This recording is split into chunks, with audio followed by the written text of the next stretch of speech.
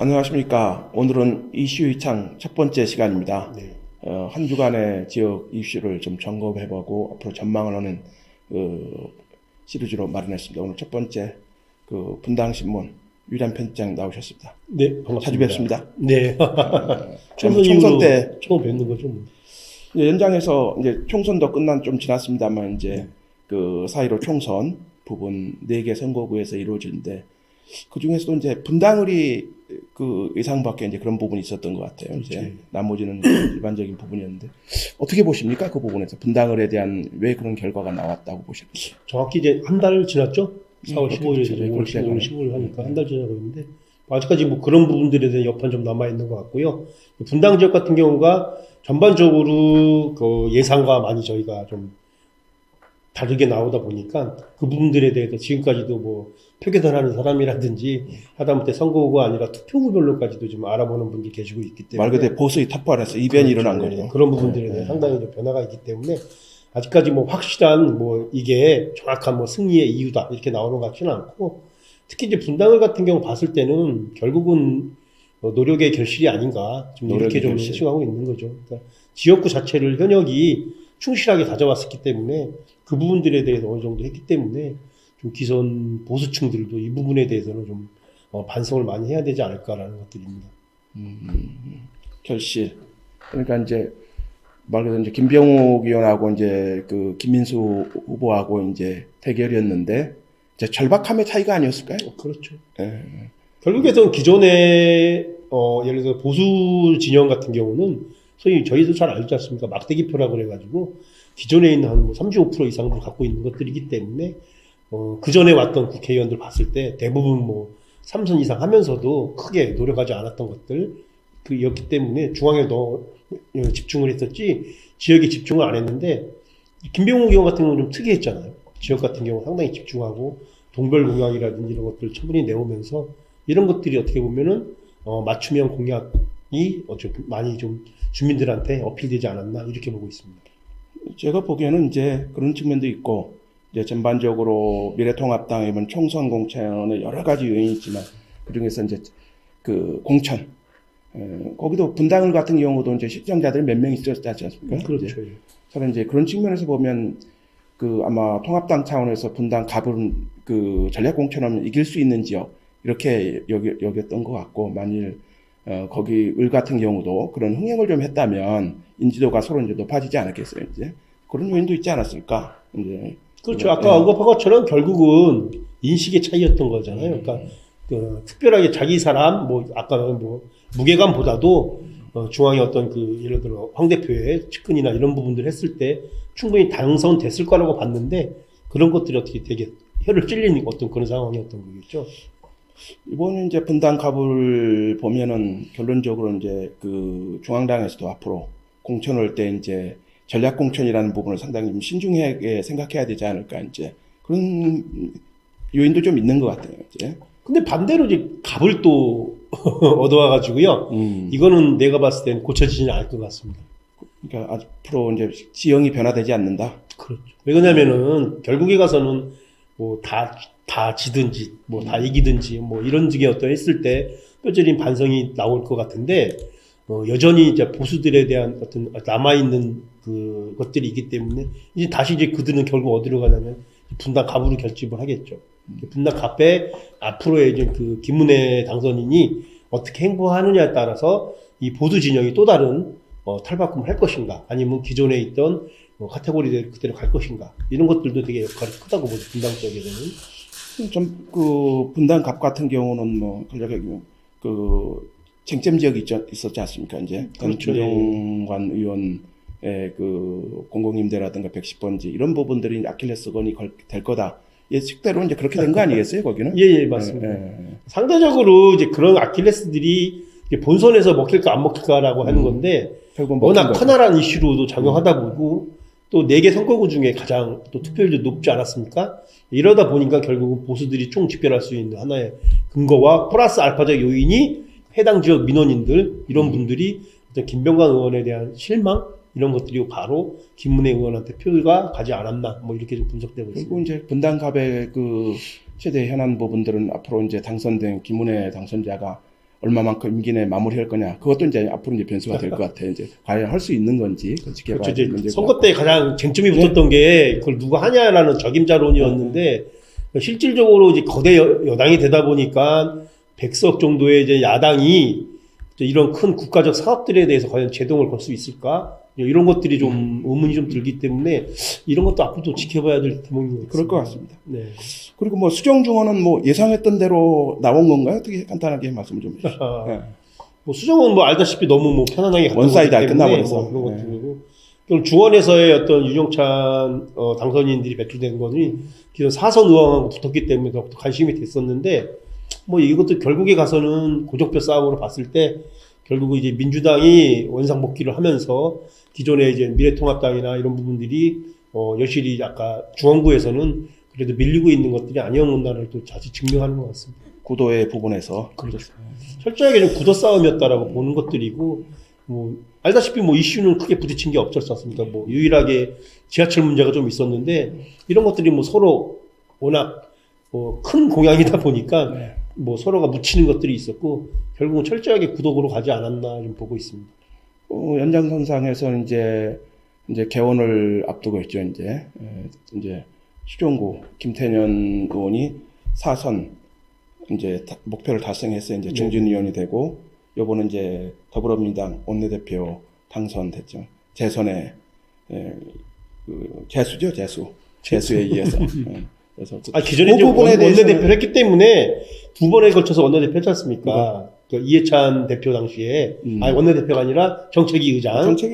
정책위 의장에서 다음 가는 코스들이 이제 자동적으로 이제 원내대표였는데 어떻게 보면 20대 국회 마지막 그 원내대표를 도전했었는데 뭐 아쉽게 결국 이인영 의원한테 뭐 결승 예선 뭐 1차 통과된 결선에서 졌기 때문에 결국 그 이인영 원내대표와 김태년 의원 간의 양자 대결에서 결국은 이제 결집력은 아직까지는 이제 김태년 의원이 좀 낫지 않았나라고 본 거고, 이번에는 반대로 김태년 의원과 전해철 의원의 양자 대결이라고 뻔히 하고 있었는데, 뭐 알다시피 전해철 의원은 친문 중에서 친문 아니었습니까?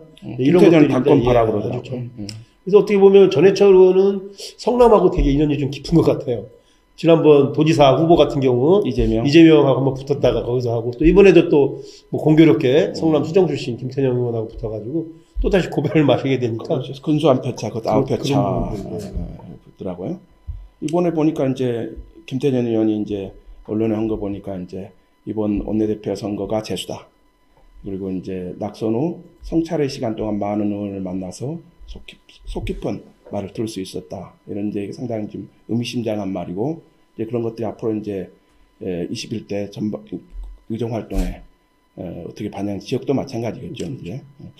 그런 측면에서 보면 김태년 의원의 원내대표 당선 어떤 의미가 있을까요? 이제 지역의 입장에서 이제 철저하게 결국은 이제 김태년 의원을 분류할 때 뭘로 분류하냐면은 그 완전한 또 친문은 아니면서, 그러니까 친문의 어떤 경향에 서 있는데 결국은 우리가 만든 철저하게 이제 당권파라고 분류하고 있기 때문에, 그러니까 실질적으로 지금 한 177석이라고 그러죠, 통합원내에서. 그 정도의 슈퍼 여당에서의 원내대표라는 것들은 기존에 자기들이 할 수 있는 모든 일들을 할 수 있는 어떤 그런 구조들이기 때문에, 뭐 당장 뭐 현재로서는 상임위원회 배분 갖고도 한번 뭐 야당과 일정이 좀 있을 것 같은데, 어떻게 보면 그런 부분들을 봤을 때 과연 강력한 리더십을 보여줄 수 있는 것이냐, 아니면 어떤 통합의 리더십이냐, 뭐 이런 것들이 좀 금방 좀 나오지 않을까 이렇게 보고 있습니다. 어떻게 보십니까? 슈퍼 여당의 그 집권 여당 원내대표, 결국은 이제 소수 야당과 슈퍼 여당과의 이제 그 21대 국회인데,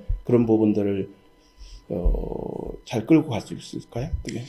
뭐 김태년 의원은 지역에서 오랫동안 지켜봐 왔는데, 결국에서는 정치적 입문이 지금 현재로서는 보니까 17대? 그죠? 초선해가지고 18대 떨어지고 19, 20, 21개 오면서 이제 본인 자체가 커다랗게 정치적 굴곡은 없었어요. 그렇죠. 그 다음에 또다시 지역적인 측면 봤을 때 상당히 뭐, 현재 본인의 지역구 되게 안정적으로 끌어가고 있기 때문에 유일하게 남은 거는 이제 중앙에서의 본인의 역할들이거든요. 그래서 이번 이 원내대표라는 것들이 앞으로 본인의 정치적 더 큰 야망이라든지 앞으로 나아갈 길, 아니면 지역 부분들에 대해서 어떻게 잘 임기 1년을 꾸려나가느냐가 본인의 큰 정치 행보이기 때문에 그 부분에서 상당히 신중해야 하지 않을까라고 좀 보고 있습니다. 그러니까 지역에서 이제 바라보는 이제 사람에 대한 평가, 정치인의 평가는 양 산반이 있을 수밖에 없는데 그렇죠. 어쨌든 김태년 의원이 이제 더불어민주당 원내대표가 돼서 앞으로 좋은 의정 활동을 하기를 저희들도 지켜보고 한번 앞으로 이 시간 하면 좀 점검을 하는 그런 시간을 갖도록 하겠습니다. 다음은 이제 그 성남시 코로나, 뭐 우리 성남시뿐만 전국적으로 세계적으로 뭐 이게 세계가 지금 바이러스와의 전쟁인데 그렇죠. 상당히 좀 심각합니다. 네. 근데 또 유독 성남시에서만 또 그 경기도만 놓고 봐도 환자 수가 압도적으로 많아요. 31개 시군 중에서 어저께자 현황을 보니까 129명으로 경기도 내 최고고, 최근에 이제 뭐 은혜의 강이라든가 분당 그 재생병원, 그다음 최근에는 이제 시립의료원에서까지 이제 간호사가 감염된 그런 사태가 와서 이게 좀 시민들이 좀 불안해하는 부분들이 있는데 이 부분에 대해서 좀 말씀 좀 부탁드립니다. 결국은 이제 처음에 발생한 건 이제 재생병원에서 1차적인 거 있었고 그 이후에 이제 3월 초에 9일인가 그경에 이제 은혜의 강 교회가 이제 한 거고 이번에 결국은 이제 소강 상태 접어들다가 조심조심 했어야 되는데 불구하고 이제 시립병원이라는 측면보다는 오히려 약간 저는 그 긴장에 좀 끈이 풀리다 보니까 시립병원 출신 간호사가 결국 이태원 클럽에 갔던 것들이 크나큰 원인이 됐고 답답했다. 긴장이 결국에 그 부분에 대해서 그지 형과 어머니가 감염되는 사태가 일어나는 것 때문에 본인이 간염을 의료로서의 어떤 긴장감들 이런 것들이 좀 풀어지다 보니 그로 인해서 여파가 그대로 시립의료원의 수술실이 폐쇄되는 어떤 이런 안타까운 일들이 발생하는 거기 때문에 이 부분들은 계속 정부나 방역대책본부에서 강조하는 것처럼 개인이 조심하지 않으면 이런 부분들에 대해서는 언제든지 또 일어날 수 있기 때문에 상당히 좀 중요한 부분이거든요. 명심해야 되고요. 근데 유독 이제 성남이 많이 발생한 거는 결국 수치로 봤을 때는 딱 두 군데지 않습니까? 은혜의 강교회하고 재생병원 이 부분들인데 뭐 재생병원은 어차피 의료기관이다 보니 소위 말한 기저질환 환자, 뭐 암 환자라든지 뭐 이런 부분들이 상황에서 발생하다 보니 그로 인해서 뭐 사망자가 4명이 좀 발생한 것 같고요. 그러다 보니까 결국 병원 입장에서는 병원 폐쇄라는 어떤 안타까운 일들이 좀 발생하고 있는 건데 저는 이제 깊게 보는 경우는 결국 지역 방역에서의 실패는 은혜의 강 교회가 아니었나라고 보고 있거든요.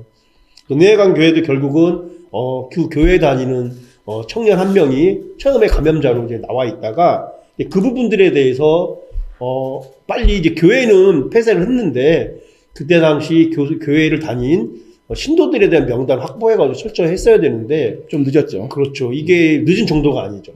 결국 9일이었는데 성남시가 본격적으로 전 신도를 한 건 15일경이나 됩니다. 그렇죠. 결국 일주일길이었는데 바이러스 시간과의 싸움인데 그런 부분들이 그러니까 소위 말하는 골든타임을 놓치다 보니까 결국에 가서는 그 교회 신도의 한 40% 정도 확진자가 나오는 어떤 그런 엄청난 일이 좀 발생했던 사건이었습니다.